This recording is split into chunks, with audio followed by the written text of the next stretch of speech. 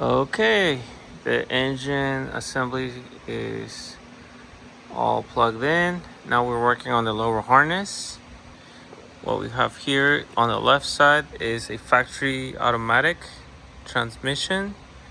Notice that we have the power cable, the ground, then we have an alternator ground, we have the factory connectors,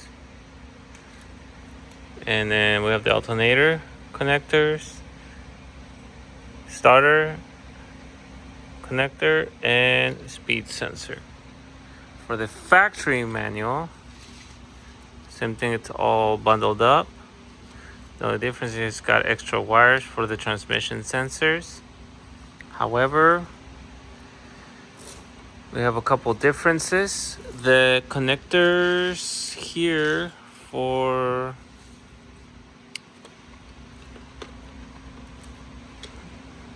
the fuse box are a little bit different.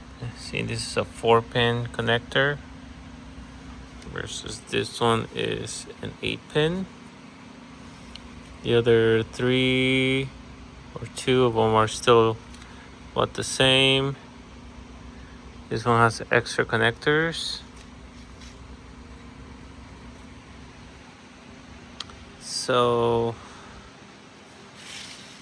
since this car is factory automatic, we're going to figure out what we're going to do. Either we repair all this and keep it direct fit, or modify this one to fit